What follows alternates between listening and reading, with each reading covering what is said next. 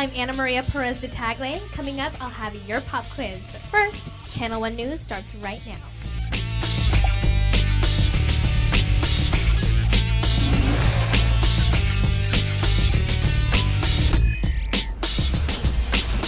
Thanks, Ana Maria, for starting off the show. We'll be hearing more from you later on. But first, if you could grade your teachers, would you give them an A or an F? Shelby Holiday tells us why grading teachers is causing quite a stir. These protesters, teachers in Los Angeles. And it is unfair! They are furious with the Los Angeles Times. When did we become the bad guys? When did we become the ones that we diss, that we hate, that we witch hunt?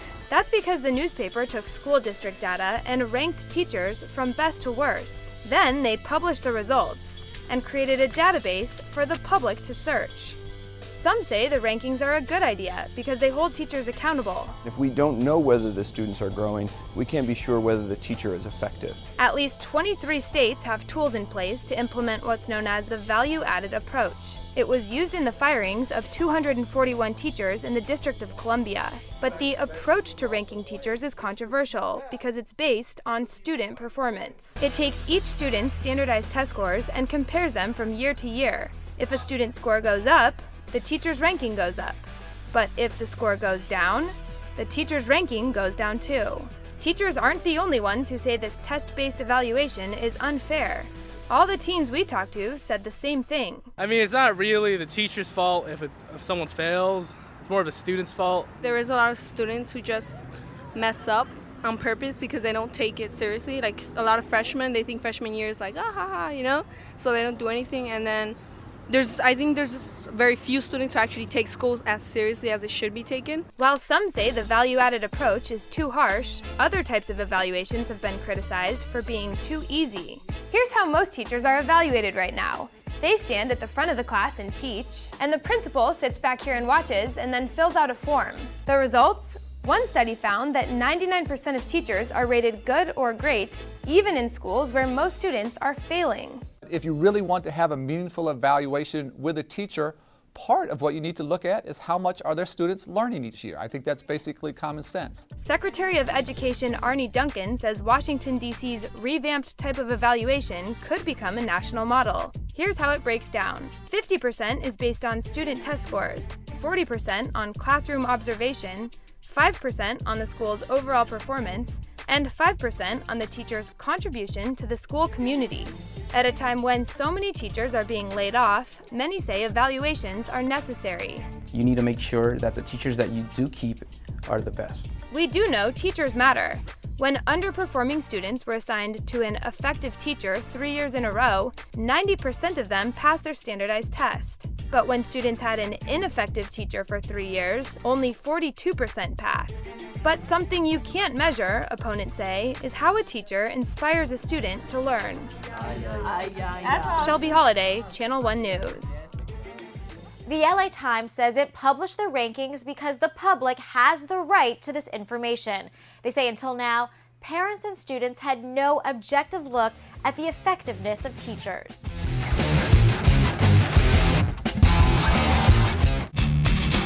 We're starting off with the world's most distinguished awards ceremony, and the 2010 Nobel Prize for Medicine goes to Robert Edwards, an 85-year-old professor from Cambridge University in England. The scientist helped develop the procedure known as in vitro fertilization, a process that has helped millions of couples have babies. The winner is also awarded about $1.5 million.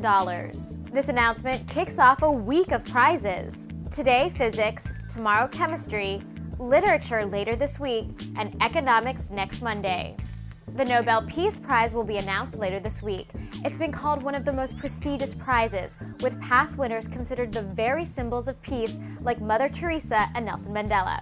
Ali, what are you covering? Well, a catalog of what lies under the sea is now complete. After 10 years of counting, scientists from all over the world have worked together to create an official census of marine life. A decade ago, the question of how many species are out there couldn't be answered, but scientists think they know now. 201,206 species have been documented and mapped in the 3-book series completed yesterday.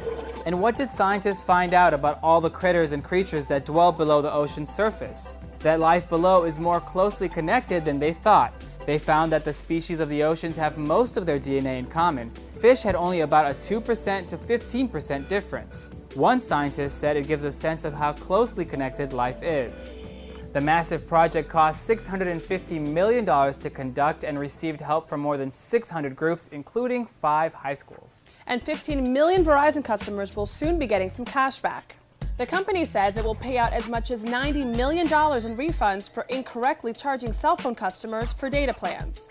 Verizon says it was a computer glitch that's since been fixed. Experts say it's one of the largest rebates paid by a wireless network.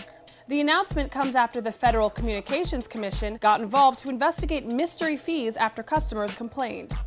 Most of the affected customers will receive credits of $2 to $6 on their next statement. Thanks, AD. And when we're not here covering the day's top stories, you can always head over to channel1.com for the latest headlines and everything else you see on the show.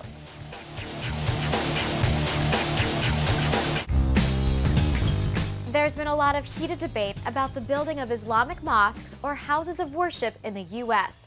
Stephen Fabian has a story about some young Muslims who say they're feeling the backlash. Salim Spinati paid attention in history class. First Amendment, ever since I was little and had to memorize it, freedom of religion, it says it. But lately in his town, Murfreesboro, Tennessee, I'm always afraid for my mom because there are always a few stupid people out there. You never know what they're going to do. And my mom wearing that scarf is a symbol saying, hey, I'm Muslim. And another young Muslim faced bullying on the playground. This group comes and starts calling me terrorist, you're a Muslim, this is America. Muslims and non-Muslims are having trouble finding common ground when it comes to where to build mosques, places of prayer for Muslim people. They want to make this, instead of one nation under God, America, they want to make this one nation under Islam. If construction does begin, I would also encourage contractors to boycott it. Protesting is another right secured by the Constitution, but not if it's violent.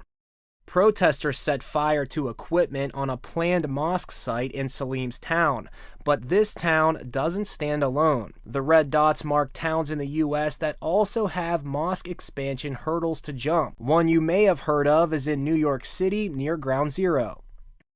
Salim's sister says there is a, quote, growing hatred toward Muslims. It's very disappointing. It really is, because this country was founded upon freedom of religion. A freedom Salim says all Americans are entitled to. I'm as American as you get. I'm as patriotic as you get. I mean, I'm America all the way. Stephen Fabian, Channel 1 News. Many Muslims want to point out that Islam is not a violent religion, but they say, like many other religions, it can be abused by radicals. All right, we're going to switch gears, and I'll send it back over to Ana Maria Perez. Okay, let's get to your pop quiz. It's Hispanic Heritage Month, which began September 15th. But why September 15th? Well, it's an important holiday in several Latin American countries. What do you think September 15th commemorates? A. Independence Day, B. Cinco de Mayo, C. Day of the Dead, or D. Three Kings Day. You've got 10 seconds.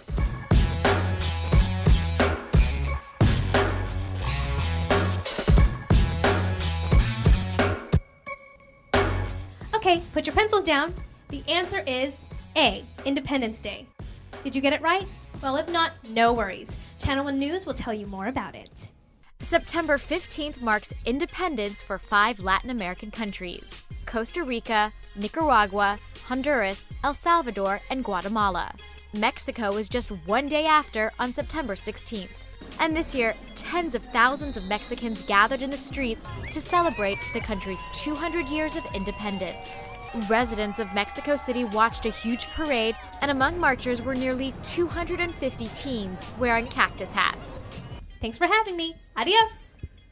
All right, that's a wrap for our show. I hope you guys have a great day, and I'll see you later.